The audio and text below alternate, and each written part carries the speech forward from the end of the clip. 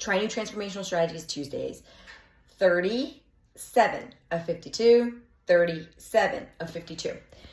So I tried this thing where I don't wake up before the sun for about a week, a little over. Don't like it, didn't care for it, wasn't me.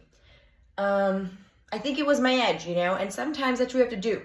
I'm in the midst of trying to figure out whether I want to go to that crazy schedule that I used to do, which is get up in the morning, train, get the kids ready for school, go back to train, which I want to do. So again, I urge you guys to think objectively. So I have to do the same for me, right? So I spent the last almost 10 days trying to wake up after the sun and do my thing. But I have to admit, I had maybe 2 intentional workouts.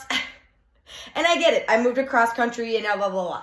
But if I still woke up at my normal time, no matter if I'm moving across the country or not, my kids are still going to be sleeping in the time slot that I would have been teaching class anyway. So I decided, I was like, okay, let me just see what happens. And as they woke up and as the day went on, I just couldn't do it, right? And here's what I told myself, that I would find a nice 90-second window, which we all know I love this 70 to 90-second window part. And I would either do an inversion, like a wall dog or something like that. I would do 1 minute correctives, which I posted when I was in Sandusky. Or I would do like 90 seconds of push-ups or something like that. And it was something that simple. Half of the fact, I just forgot. As everybody started getting up and moving around, I just honestly just stopped thinking about it.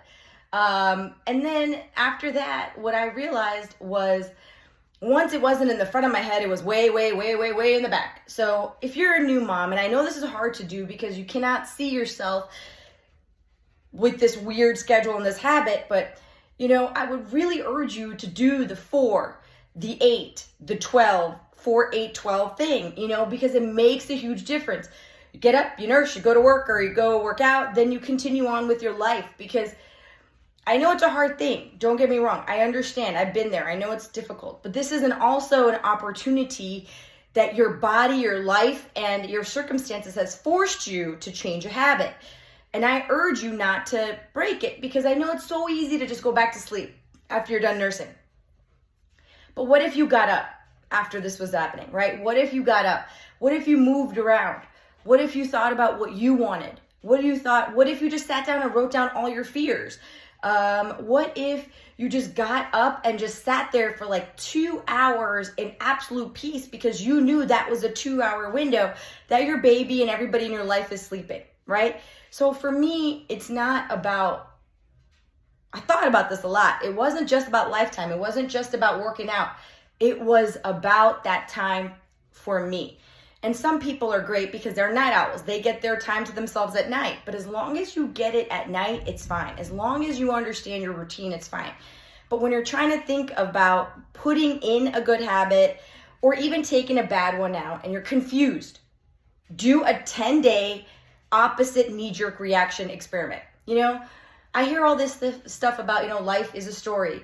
What is your story going to be like? Be the narrator of your own story. Be the hero of your own life. I hear that. Be the captain of your own ship.